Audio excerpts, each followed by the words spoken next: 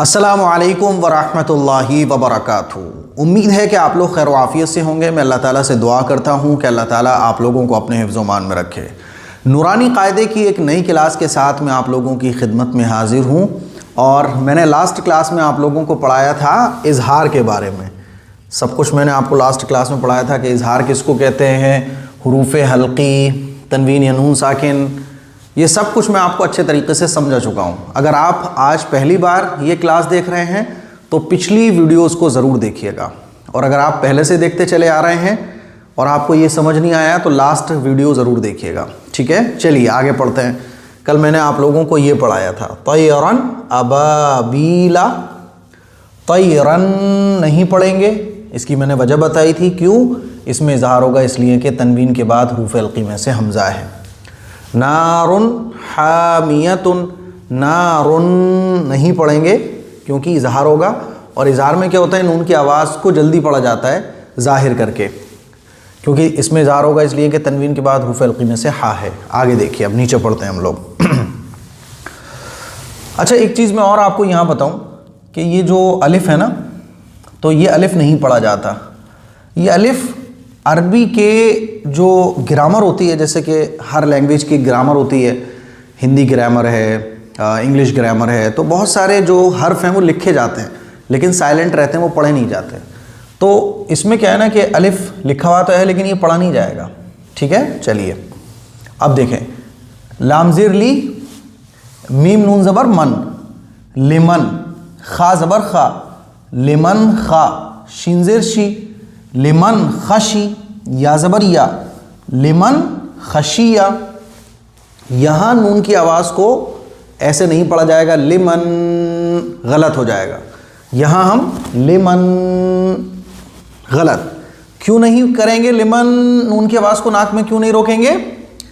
کیونکہ نون ساکن کے بعد خا آ رہا ہے، اور خا کس میں سے؟ حروف حلقی میں سے۔ میں نے آپ کو بتایا تھا کہ تنوین یا نون ساکن کے بعد حروف حلقی میں سے، یعنی ان 6 حروف میں سے کوئی اگر حرف آ جائے تو نون کو ظاہر کر کے بغیر غننے کے جلد پڑھیں گے، ٹھیک ہے؟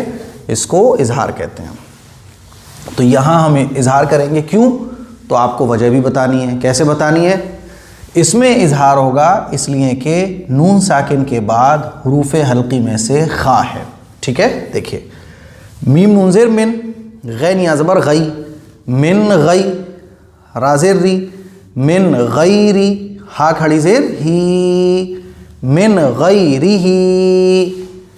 اس میں اظہار ہوگا اس لیے کہ نون ساکن کے بعد حروف حلقی میں سے غین ہے، ٹھیک ہے؟ ایزی ہے نا؟ آگے دیکھیے، آگے دیکھیے جناب والا، ہاں، یا واو زبر یو، میم زبر ما، یوما، حمزہ زیر ای، یوما ای، ذال دو زیر ذن، یوما اذن، عین زبر ع، یوما اذن ع، لام یا زبر لی، یوما اذن علی، ہا الف زبر ہا، یوما اذن علیہا۔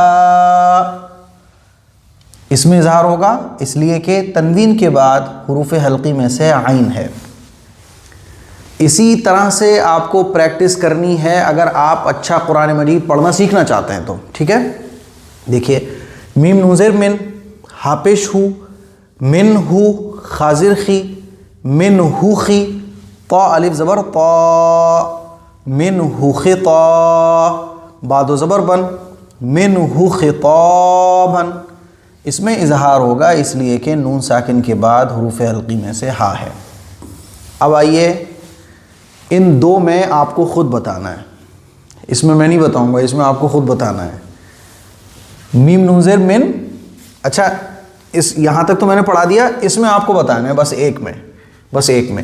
میم نون زیر من، عین یا زبر عی، من عی، نون دو زیر نن، من عین، حمزہ کھڑا زبر آ، من عین آ، نون زیر نی، من عین آنی، یا زبر یا، من عین آنیہ، تا دو زیر تن، من عین آنیت۔ اب مجھے بتائیے کہ کتنی جگہ پر، ایک جگہ، دو جگہ، تین جگہ، یہ جو پوری لائن ہے، یہ جو 3 لفظ ہیں، من عین آنیتن، ان تینوں، یہ پوری جو ایک لائن ہے اس میں کہاں کہاں اظہار ہوگا اور کیوں ہوگا، یہ آپ کا ایگزام ہے۔ کامنٹ باکس میں جا کے آپ کو اس کا جواب ضرور کامنٹ کرنا ہے۔